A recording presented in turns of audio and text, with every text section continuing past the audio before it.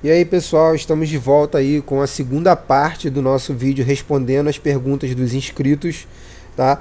E eu vou passar agora aqui para a terceira pergunta que foi feita pelo Bruninho, é essa que está aí, e a gente vai tentar responder da melhor maneira possível, tá? Vamos lá. Sendo um voo recreativo, quando vocês determinam a saída da térmica, mesmo que ela continue fazendo subir? Boa pergunta. A maioria dos nossos voos são recreativos, salvo aqueles que a gente sai para voar em campeonato. Mesmo o voo de cross country, o voo que a gente faz de distância, ele é um voo recreativo.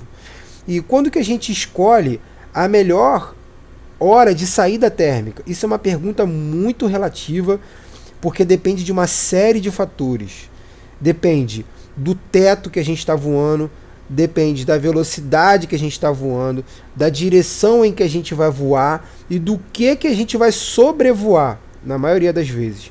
Vou dar exemplos para você aqui, Bruninho, para vocês todos que estão assistindo.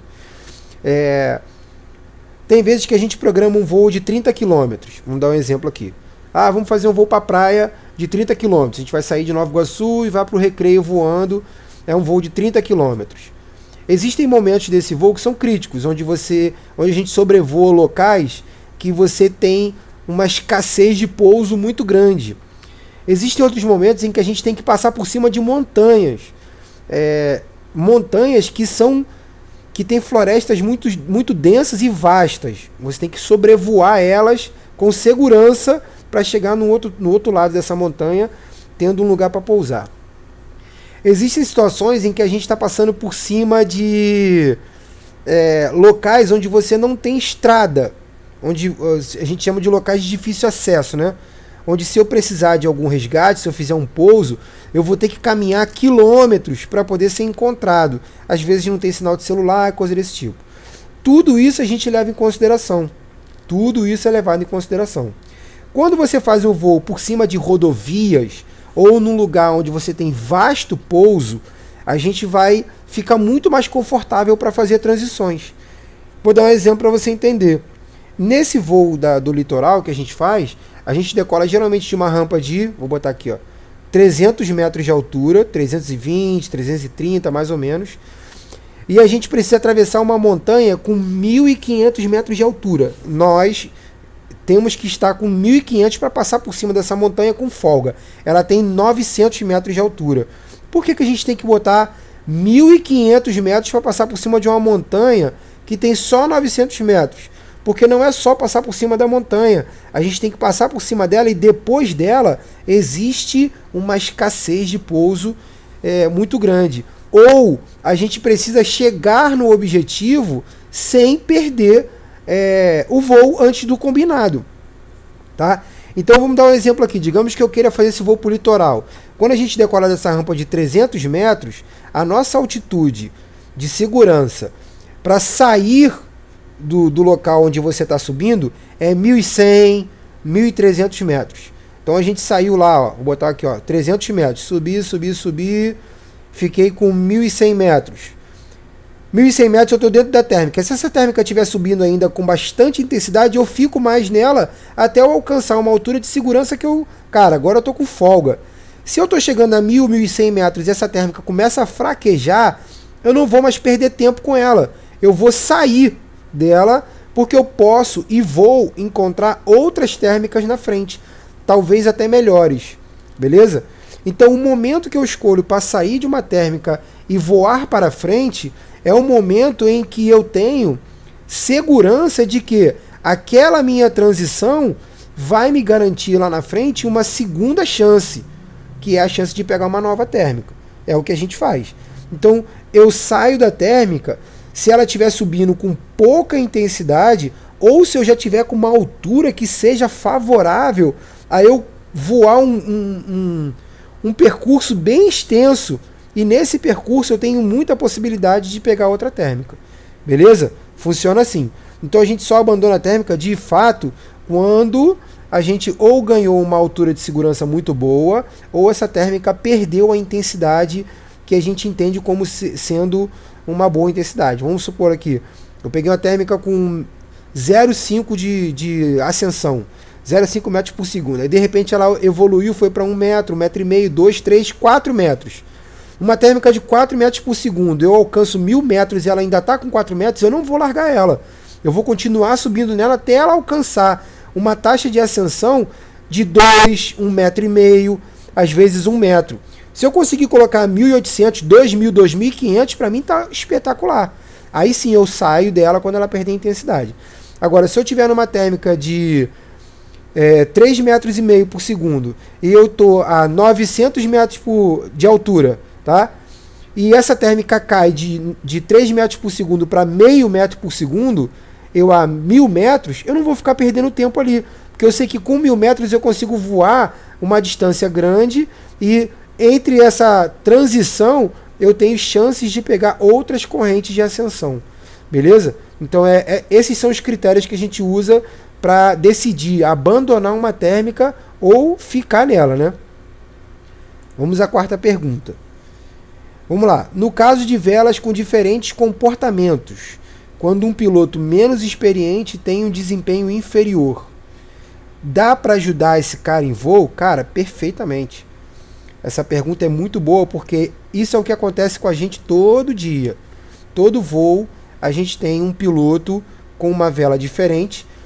Muitos deles são iniciantes e a gente junta com eles para trocar informações. Se vocês verem aí os vídeos que tem no meu canal, vocês vão ver. Eu vou colocar um vídeo aqui, acho que é aqui. Eu vou colocar um vídeo aí para vocês assistirem aí nesse link de um voo em que a gente troca informações constantemente via rádio. E nesse voo existiam 3 ou 4 3 ou 4 pilotos com pouca experiência ainda, que voaram com a gente sem problema nenhum. Não é porque o cara tem pouca experiência que ele não é capaz de fazer esse voo junto com a galera mais experiente. Pelo contrário, é aí que ele vai ganhar a experiência que ele precisa para um dia ter mais subsídio para trocar mais informação ainda com a gente. Porque quando a gente voa em equipe, a gente voa mais longe.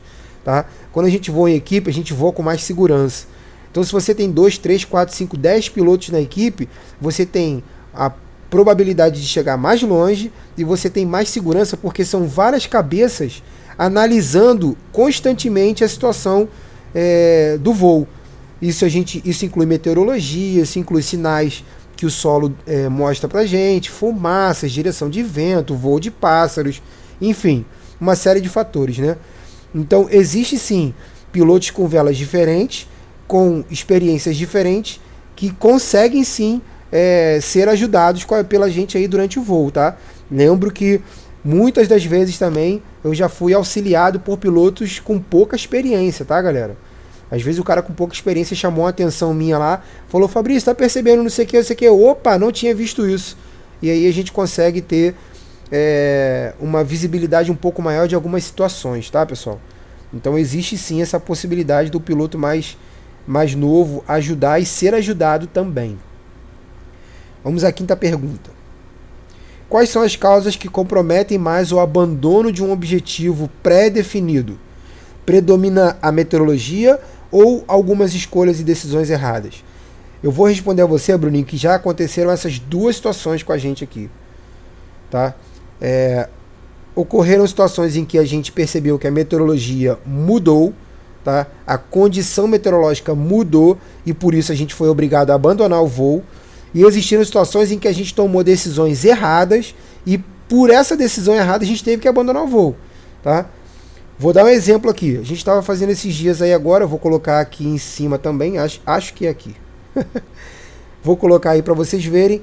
Nós estávamos fazendo um voo para Japeri, tá?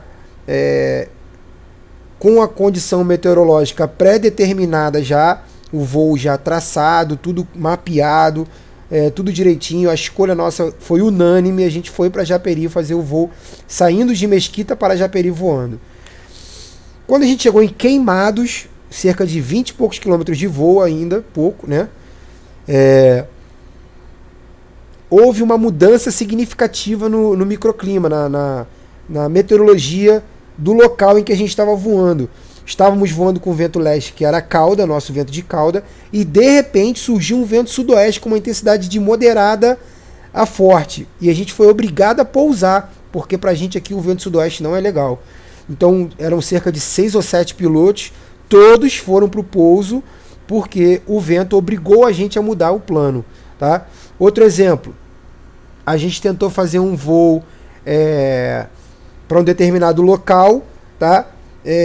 Seguindo a meteorologia. No meio do caminho a gente decidiu ir para outro local, tá? E essa decisão errada fez com que a gente abandonasse o voo, porque não era para a gente ter ido para lá, era para a gente ter seguido o plano de voo, que o plano de voo estava montado de acordo com a previsão meteorológica. Se a gente seguisse aquele plano de voo, a gente ia conseguir chegar no objetivo, como na grande maioria das vezes a gente consegue, tá?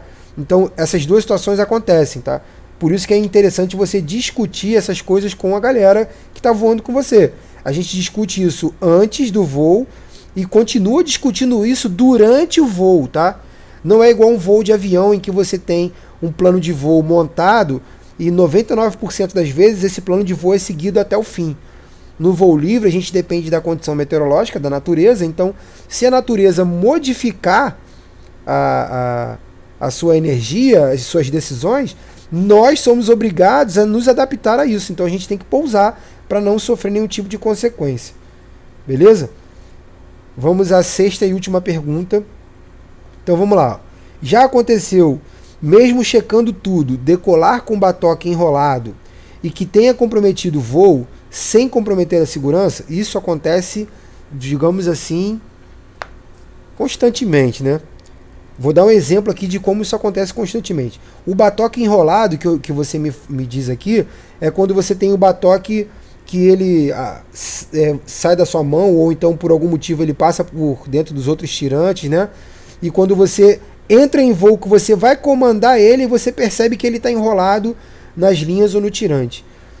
Quando que isso acontece? Isso acontece na maioria das vezes quando você tenta fazer uma decolagem e por algum motivo você aborta essa decolagem, e no momento em que você vai fazer a segunda tentativa, você não faz um novo check. A gente às vezes aborta a decolagem, aí os amigos arrumam o parapente na rampa de novo, e você, naquela emoção de decolar porque a térmica está na frente, você faz a segunda inflada, entra em voo, e aí você vê que no momento em que você fez que você abandonou a primeira decolagem e iniciou a segunda, houve um descuido em que o batoque ele passou por dentro dos tirantes ou das linhas. Isso vai comprometer a segurança? Nem sempre. Nem sempre. Se você precisar comandar o freio em função de algum colapso assimétrico, aí sim, você pode ter uma surpresa desagradável. Se o parapente entrar em voo, tá, e você se afastar da rampa e checar e ver que ele está por dentro, é só você tirar e continuar o seu voo. Tá? Acontece também de alguns pilotos, no momento que está fazendo a colocação dos tirantes, tá, na selete, eles torcem o tirante e colocam ele torcido. Isso vai comprometer a segurança? Não. Na grande maioria das vezes você voa sem problema nenhum com o tirante torcido, tá? E você, em vez de colocar ele retinho assim no mosquetão, você pode colocar ele invertido. Isso não vai comprometer a aerodinâmica no parapente, não vai comprometer a segurança do seu voo, nada disso. Você só vai ter o tirante, ao invés de estar virado assim para frente ou para fora, tá? Ele vai estar virado para dentro ou para trás. Isso não vai encurtar o tamanho da lenha, isso não vai tirar o seu poder de aeronavegabilidade, nada disso. Vai tudo ser mantido normalmente, tá? Isso não vai atrapalhar o seu voo. Beleza? Tranquilo? O que não pode acontecer é você ter linhas dos tirantes emboladas, uma por dentro das outras e tudo mais. Isso sim, quando você tem essas linhas emboladas, aí existe um cruzamento de linhas assim, uma por cima da outra. Isso não é interessante porque essas linhas elas podem atritar uma com a outra e fazer danos ali físicos na capa da linha. Se você for surpreendido com um colapso assimétrico no momento da reabertura, essas linhas podem se romper. Enfim, tá? É interessante checar com segurança, checar com calma, mas às vezes passa despercebido, mas é uma situação que não compromete a segurança do voo, não. Tranquilo? Beleza? Então essas foram as 6 perguntas aí do Bruninho. Eu espero que vocês tenham gostado desses 2 vídeos, tá? Quem não assistiu esse aqui, a primeira parte, o link está aqui, tá? Assista ao vídeo, espero que vocês gostem aí. Se essa modalidade for interessante para todos, conforme vocês forem fazendo perguntas, eu vou respondendo dessa maneira aqui, tá? Para que fique mais claro, que vocês possam entender como funciona todas as características e propriedades que circundam o voo livre. Valeu? Um grande abraço para vocês, bons voos aí para todos e ótimos pousos. Valeu, galera? Um abraço aí para todos.